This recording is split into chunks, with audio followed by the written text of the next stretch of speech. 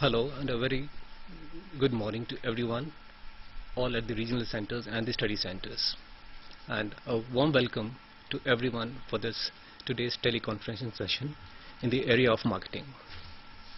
Before I get on to the schedule for today's sessions, I would like to introduce our resource person, Dr. Preeti Rajpal Singh.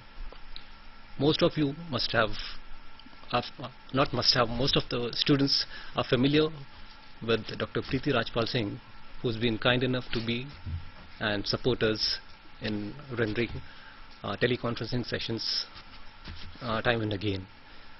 But for the benefit of new students or students who are watching her for the first time, it's my responsibility that I should introduce you to Dr. Preeti Rajpal Singh. She's basically she's got a MBA and a PhD in the area of public distribution system from Delhi University, and also her MBA is from FMS, that is again Delhi University.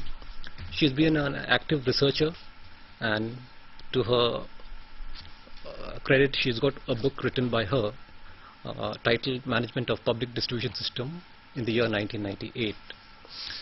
She's been teaching with in College of Business Studies, which is again in Delhi, since 1998, and she's got about 8 to 10 years experience in the area of marketing, in teaching papers like international business, basic marketing, marketing research, sales and distribution management, creative selling, and stats for marketing. Besides her teaching experience, she's also got administrative experience, which includes various assignments in different colleges and other institutes in Delhi.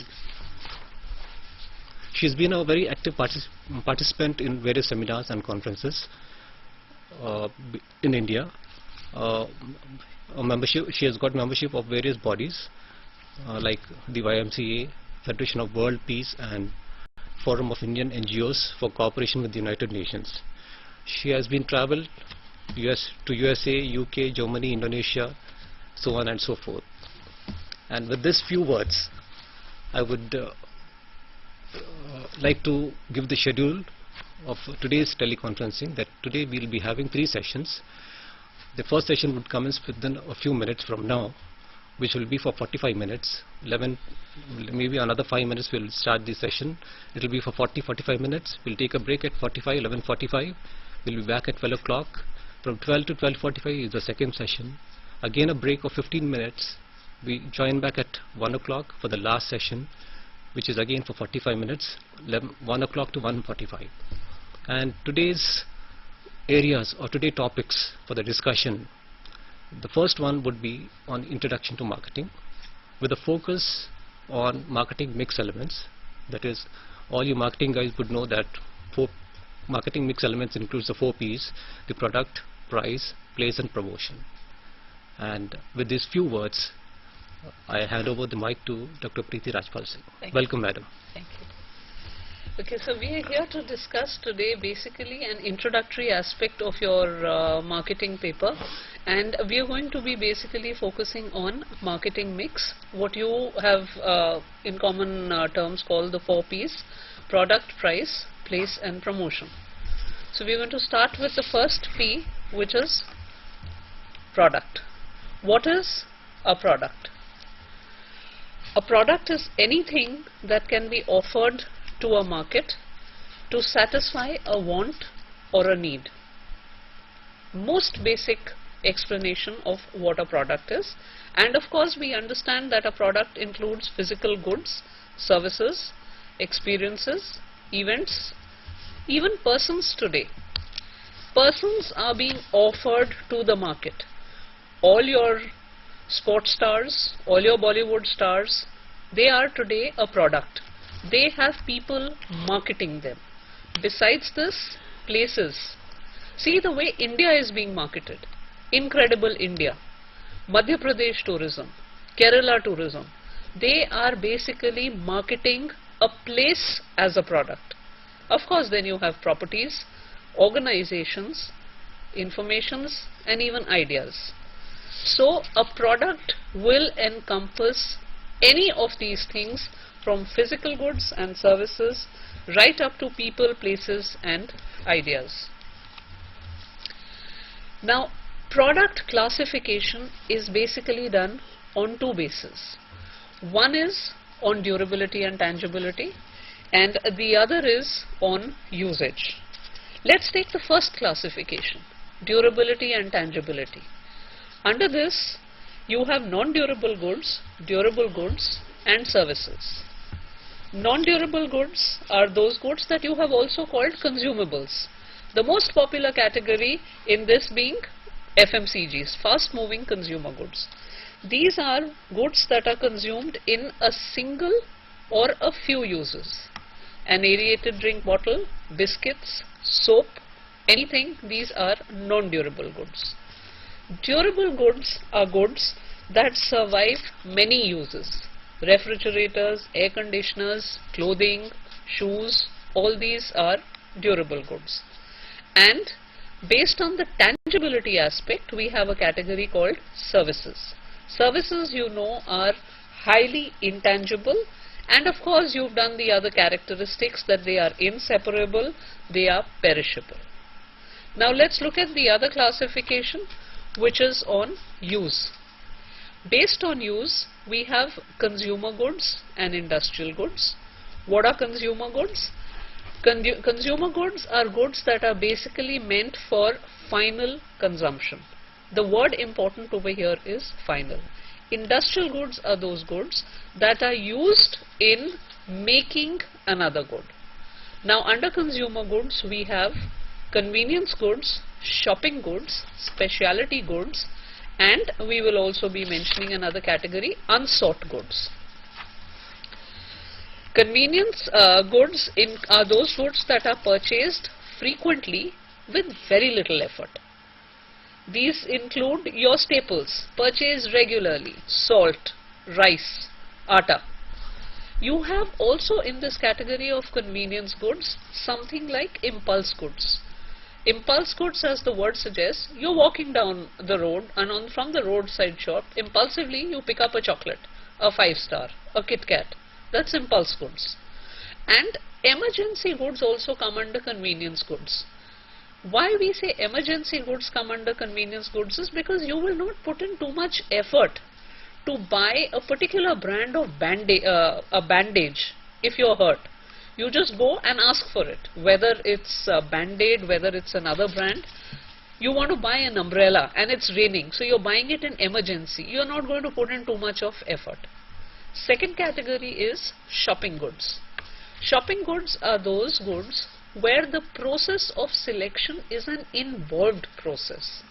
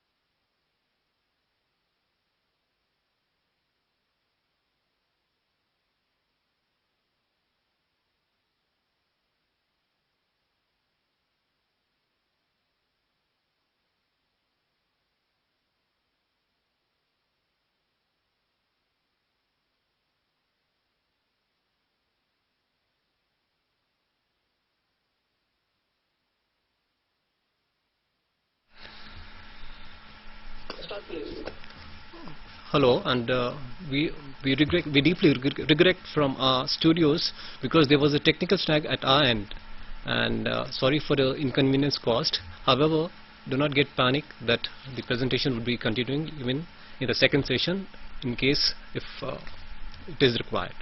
Dr. Preeti Rajpal Singh. Thank you. Okay, so we were talking about classification of products by use, and we had spoken of convenience goods, which required very little effort in purchasing and were a frequently bought product category. The second category we have over here are shopping goods. Now, shopping goods require involvement in the purchase process. The key word over here is it involves a price and quality comparison. When we go to buy a refrigerator, when we go to buy a television set, maybe at times even when I go to buy a sari for myself, I may not go to the first shop and pick up what I see. I will definitely want to go maybe to another shop, or within the same shop want to see other brands, other prints, other colors, other shades. So wherever there is a price quality comparison and wherever I am involved in that purchase, those are shopping goods. Third category that we have under shopping goods is, the third category we have under these goods is specialty goods. Specialty goods have a unique characteristics. The Tanishq showroom, limited range of products, variety under that, but special. They have unique characteristics. And the fourth category, very little spoken of, are unsought goods. What are unsought goods? Goods that the consumer may not know about or may not be thinking of buying. This category of products includes a lot of contraceptive products. They don't want to buy it, they may not be aware of it. Next we have industrial goods classification. Under industrial goods, mainly we have materials and parts. These are that enter the manufacturing process of a product. A product is being manufactured and materials are going into making that product. Then we have capital items, under which we have installations. Installations will include factories, buildings, etc. and equipment. Equipment will include things like generators, tools and all. And after that we have supplies. Supplies, basically, if you've heard of this term, MRO, maintenance, repair and operating. Maintenance and repairs basically include things like paints, nails, etc. and operating supplies include lubricants. So this is a basic classification of products on durability, tangibility first, and second on usage. Now we go on to product mix. What is the product mix? A product mix is a complete set of all products offered for sale by a company. A product mix will consist of many product lines. A product line is a group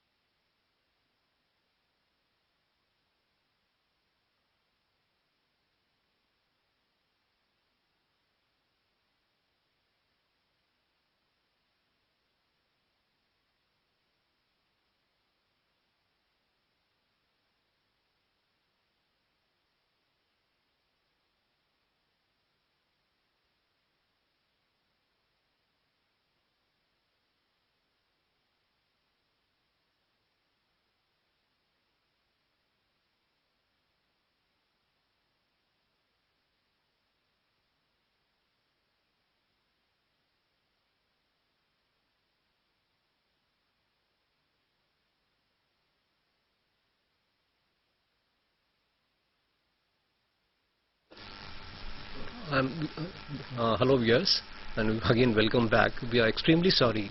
We are extremely sorry because for uncontrollable reasons there is a technical snag, and let's again continue our session. Yeah, Dr. Preeti. Okay, so we were talking of a product mix and consisting of various product lines. Now take a company like Hindustan Levers. Hindustan Levers has a product mix from toiletries, which include soaps and shampoos, to products of oral care, which include toothpaste, toothbrushes, mouthwash. They have detergents, they have cosmetic products, face care products. So that whole thing is their product mix. Within the product mix, they have product lines. One line of toilet soaps, one line of oral care products, or maybe just toothpastes, one line of detergents, one line of detergent soaps. So this is a product mix that consists of various product lines. The product mix is described in terms of its width, length and depth. What is the width? Width is the number of lines in a product mix.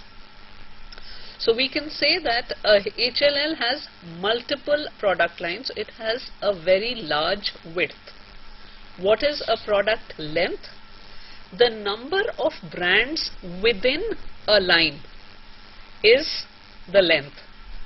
So take Lux, Lifebuoy, all these will be pairs, all these are a part of the length of a product line. And what is product depth? Product depth is the variance within one brand. So if you have something like Sunsilk, now if you have Sunsilk, then you have Sunsilk Amla, you have Sunsilk Henna, you have Sunsilk Shikakai, you have Sunsilk Protein, Sunsilk Egg. All this is the depth. So if you understand now carefully, we start with a decision, product mix. A product mix has product lines, and they need to be described, the product mix needs to be described in terms of its width, the length and the depth. The next thing that we go on to is stretching. These are crucial decisions in deciding a product mix. Line can be stretched. You understand what we mean by stretching. Stretching means adding more products to the line. Now line stretching can be done upwards or downwards. What do we mean by upwards or downwards? When we add a product to a product line at the upper end, that is stretching the line upwards. But when we add a product to the product line at the lower end, we are stretching the line downwards. Take the example of Hindustan Levers, which at one time was the market leader with surf detergent. Then Nirma came. What happened to HLL's market share is history. It got a beating in the market. It introduced Wheel. Wheel was stretching its detergent line downwards. Wheel was targeted at the lower end of the market. Wheel was not targeted where surf is targeted. Wheel was targeted at the lower end, that was downward stretching. Hindustan Levers toilet soaps are recognized by one brand, Lux. Lux was doing very well in the market. In spite of that, they decided to stretch their line upwards and introduced Lux International. How it fared in the market we are not considering right now. But what we are saying is introducing a version which was the upper end of the market, targeted at the upper segment. That was stretching the line upwards. So, Madam, would like to ask you, basically when you're talking about the line stretching upward or downwards, something like managing your product portfolio. Yeah, this is a product mix decision, Okay. a product mix strategy. Okay. Okay. One more thing that we need to mention over here is line filling. What is line filling? Line filling is where you fill up gaps within your product line. When you fill up gaps within its current range, that is line filling, and this is not either upward or downwards. These are just those noticeable differences, gaps that you have, that you fill up with certain products. And of course this will include line modernization, featuring and pruning. Pruning is where you cut short sometimes a few products so that you have a manageable line. Vijay, over here I'd like to give our audience the example of Videocon. Okay. Videocon has a product mix. One line is air conditioners or ACs. So let's take the line of air conditioners. When Videocon entered the market, it entered only with 2 air conditioners, and then they increased. Within 2 years, they had a dozen models in the market, 2 window ACs with rotary compressors, 6 window ACs with what we call reciprocatory compressors. So at the end of the day, within 2 years, from 2, the line had increased, the length had increased to about 12. Okay. Now the next thing we look under product is branding, and then we'll go on to packaging and labeling. A product is not complete without branding. What is a brand? A brand is described at times as a bundle of promises. It is a combination of attributes. It is a bundle of benefits that you're offering the consumer. A brand has a personality. A brand has a culture. A brand reflects a set of values. These are different connotations, how different authors and different marketing gurus have interpreted a brand. Basically, a brand is what a consumer identifies with. We never identify with a core product. If I'm using Lux, it is the brand that I'm identifying with. I'm not identifying with a generic combination of chemicals that I use to cleanse my body.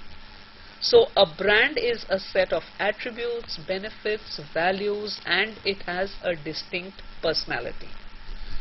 Branding decisions, first and foremost, is what should be your brand name.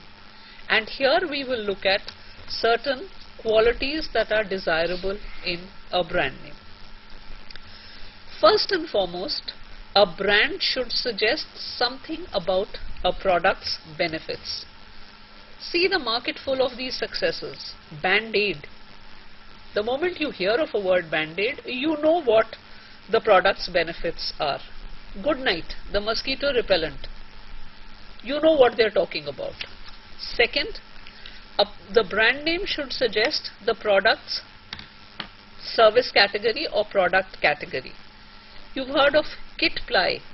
The moment you hear of Kit Ply, you know what product category they're talking of. AquaGuard. Aqua suggests what the product category is, and AquaGuard suggests what the service it would be providing. It should suggest concrete, high imagery qualities. Duracell, durable cell. So it is giving you that high imagery, Duracell. Okay.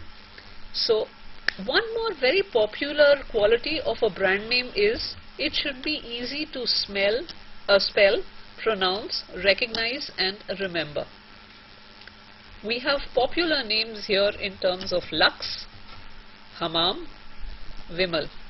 Look at our traditional brand names, so easy to pronounce and remember. But this, please remember, we are just doing, the keyword here is desirable. Vijay, these are not thumb rules. Because we have a word Alpenliebe. Alpenliebe, not easy to pronounce, not easy to spell, and yet it is a success.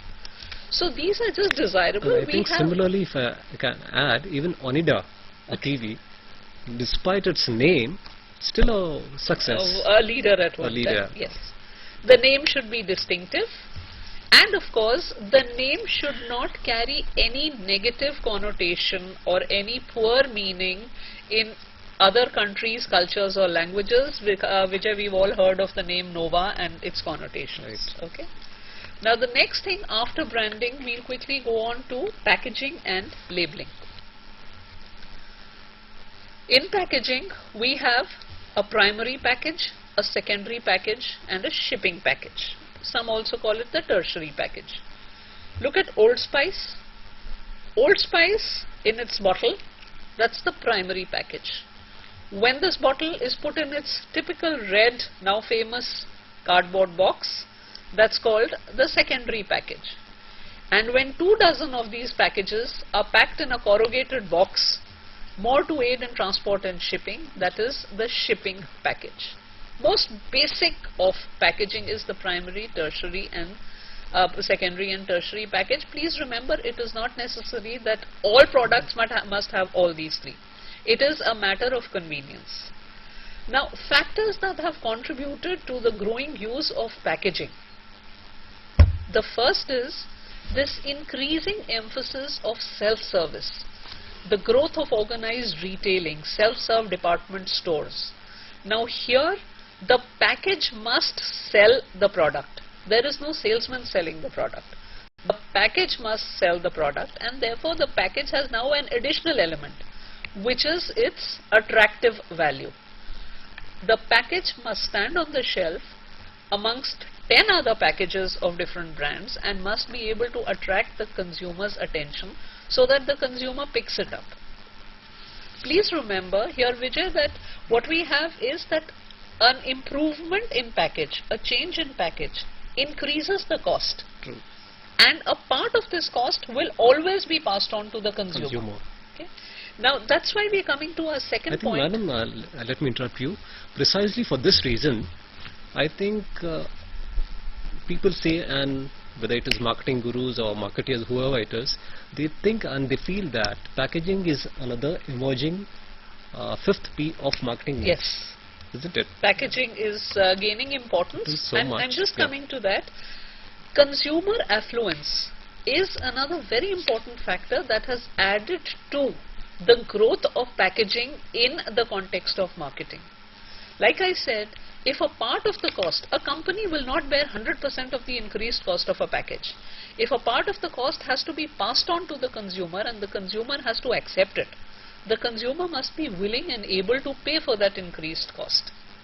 Within this is also the fact that as an economy develops, we have seen that there is a positive correlation between the development of packaging and the development of the economy. As personal incomes go up, as the economy develops, personal incomes grow up, disposable incomes grow, people are willing to pay a little more for a packaged product, for a better packaged product, because it also brings here now to the context of our discussion, the concept of standardization. A packaged product always gives you a promise of a standardization, a standardized product. High or low we are not talking, but vis-a-vis an unbranded product, there will always be a concept and a comfort level of the consumer of standardization. Why is it that suddenly there has been a spurt over the past 10 to 12 years in branded packaged atta? Wheat flour. Now that's a product that is a part of our kitchens. Earlier, it's not that our parents and grandparents did not consume atta when the Annapurna, Shakti Bhog and Pillsbury were not available. It's just that it was bought from the atta chakki next door. Now every time I bought atta from the atta chakki, same price, same atta chakki, there was always a difference. And this difference gave rise to a little dissatisfaction. What I bought today is not what I bought last month. Now this kind of a dissatisfaction does not exist when I am buying packaged atta, because I know that there is a guarantee of a standardized quality. All this costs, and because the consumer today is more affluent and I am willing to pay for it, that is another reason why the packaging industry has developed so much. And of course, packaging aids in the company and brand image. There are times when I don't need to read the name. The moment I see a yellow package on the shelf of a retailer with some kind of noodles made on it, I know it's Maggi. I don't need to read the word Maggi. So there is an image identification involved. And of course, technical developments and innovations have helped packaging a lot. Tetra Paks started with the first fruit juice, and now see how Tetra Paks are available everywhere. Even milk is sold in Tetra Paks. Who would have thought 10 years ago that Indian markets would be offering to its consumers milk in Tetra Paks which have a shelf life of about 6 months? So all this has led to the growing use of packaging as a marketing tool. Now we come to labeling. Labeling, as we all know, is the written and the printed and graphic material on the package. Technically, this is what we call labeling. Labeling has two important components to it. We have a statutory component and we have an which is the obligatory component, and we have the optional component. What do we mean by the statutory component? Statutory component of labeling are the essential parts that must be on a label, that must be printed on a package because required by government regulations. What are those? Net weight or net weight when packed, MRP, maximum retail price. These are obligatory. For certain products there is a statutory warning. Cigarettes, smoking is injurious to health. We have a warning for pan masala on the package. We have a statutory warning for baby milk powder. So all these are statutory. Optional is what the manufacturer puts on the package to sell the product, to make the product more attractive.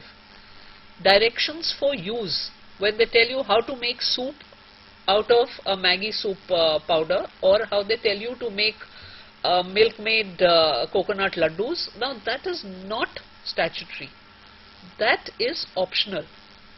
When a package of Uncle Chips or Lay's tells you that these have been made from potatoes that are hand-picked and grown this way, organic, etc. Basically they are writing all that information so that they can sell. This is optional. Besides this, of course, identification, grading and description, these are functions of labeling. Now we come to the Okay. So now we come to basically the next important feature of product, which is the product life cycle. Product life cycle, or PLC, most of you are aware of. A typical product passes through 4 stages in its life. We have the introduction, growth, maturity and decline. In the first stage, sales are low, profits are unlikely, and a product goes through a lot of teething troubles. The crucial decision at this stage is whether they should go in for skimming pricing or penetration. The first one means where you have a novelty product, you can charge a high price. The second policy is normally recommended when you are going in for market coverage. So this is a major decision that you take in the first stage. Second stage is that of growth. Demand increases, sales increase, profits go up. Please remember one important point. The moment this industry seems lucrative, competition enters the industry. Gradually, maturity comes in. Maturity is when your demand and sales start reaching a saturation. There is also a lot of pressure from competition. Supply from competition is increasing and they may have an edge over what they are offering. Price competition becomes intensive. Now this is where a manufacturer in maturity must try certain modifications, starting from as simple as packaging modifications to maybe product modifications, and there is a lot of emphasis on promotional deals. Give incentives to your customers so that they stay with you. If they move on and if you leave maturity unattended, please remember decline is inevitable. And then you have the last stage, which is decline. Like I said, if you do not arrest maturity, your sales will decline. And at this stage, you will have to take very crucial decisions. I have a question, madam. When you're talking about maturity, and you say that companies need to modify their product or packaging or whatever, is it basically to get back the market share what you lost, or is it to stretch your life cycle slightly further? No. I'll also just explain that in the next slide. But when Okay. we say that you modify your product, Yeah. there are two. It's a two-pronged attack. Look at something like the first slide. Now here, this is an example of, take a product like Close-Up Gel. Close-Up, the first toothpaste to have come up with its gel form. It increased very fast, very short introduction, very high rate of growth, reached maturity very high. And after that, they started coming down, but they arrested their decline. Because they offered a lot of variants in the gel form. Why they came down? If you see that curve coming down in the first slide, that's because within some time of Close-Up Gel, most pastes had a gel form. Now that means the brand loyals of other toothpaste who had started trying Close-Up, they started going back to their brands because their own brands were offering them the gel. But what you mentioned, sometimes it is the second graph. You introduce a modification. It's like surf. You had a surf, it reached up, it started coming down because now there were lots of other competitors in the market. So they introduce action part surf. You get back some of your customers. Again, you start losing them. Now you introduce triple packed surf or triple part surf. Then you introduce something like surf with dirt busters. Now what happens is, every time the product reaches maturity and is going to move a little down towards decline, you come up with a modification. You get back your customers. Yeah, I think even cornflakes, Kellogg's cornflakes also, they came just the general one. Later on, they started offering the chocolate flavor, the banana No, flavor. That was also because, Vijay, when they entered, they were testing the Indian waters. Indian market is not very comfortable with cereal cornflakes yeah, as breakfast. True. We have our parathas and a lot of upma, everything as Right, breakfast depending items. on, yeah. So they tested the waters, and when they found that they had a target, Okay. then they came up with a lot of their variants, and they basically picked them up from their home countries. Almond, honey crunch, and all those are terms that the Banana Indian market and was not really chocolate flavor comfortable and all with. that. And now I just like you to give your attention to the third diagram over there, which is what we call the scalloped pattern. Now this is where you are growing, but just so that you do not reach that maturity, you keep modifying. Take this example of something like Santro.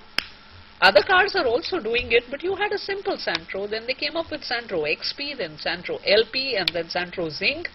Some of you may appreciate and know this more than I do, but every model, LP, Zinc and all, have had some modification, interiors, exteriors, etc., so that they have a catchment of customers in the market. So basically, this is what we talk of in terms of... Yeah, madam, I have a question now. When you talk about modifications at regular intervals, but what is the cost implication when you keep on modifying at periodic? No, every change, Okay. even if it is a change in your labeling or packaging, Okay. to a major change in modification in your product which will involve R&D inputs, Okay. has a cost. But what happens is that in these cases, a major part of the cost is borne by the company because you are trying to sustain yourself. So that is one thing that we will have to keep in mind. Now we'll, in the next 5 minutes, quickly go over some of the strategies. Okay, marketing strategies, or Vijay, do we do this after the break? You just start it Okay. off. then Okay. we'll- So we have marketing strategies at the introduction stage. Now in the introduction stage, basically one point that I will suggest over here is that there has to be a lot of emphasis on creating awareness. There must be a lot of promotion, and this promotion is in terms of awareness advertising. You're coming out with a new product, tell your market that this is what we are coming up with and this is what we are offering. But be very careful. Distribution must precede promotion. You see a full page ad in the newspapers on Sunday saying we are launching this product, we are launching honey coated peanuts. You go to the market by chance in the evening and you ask two of your retailers and they say no, we haven't got the stocks yet. What do? It is very important that your distribution must keep pace, if not precede your promotion in this. We have a survey which says that there are about 22,000 new products that are introduced each year in the market, And Vijay, it is found that 80% of the new products fail at the introductory stage. That is why we are laying this emphasis on promotion and distribution. Show it to the consumer and make it available, you reduce your chances of failure. And believe me, the same survey said a further 10% die in the next 5 years. So what are we left with? Only 10% success rate after 5 years. Okay? So I think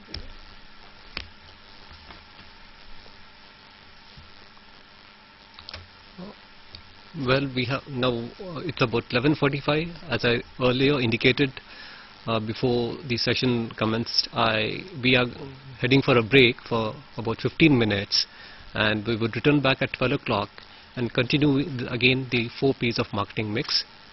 And thank you. Thank you.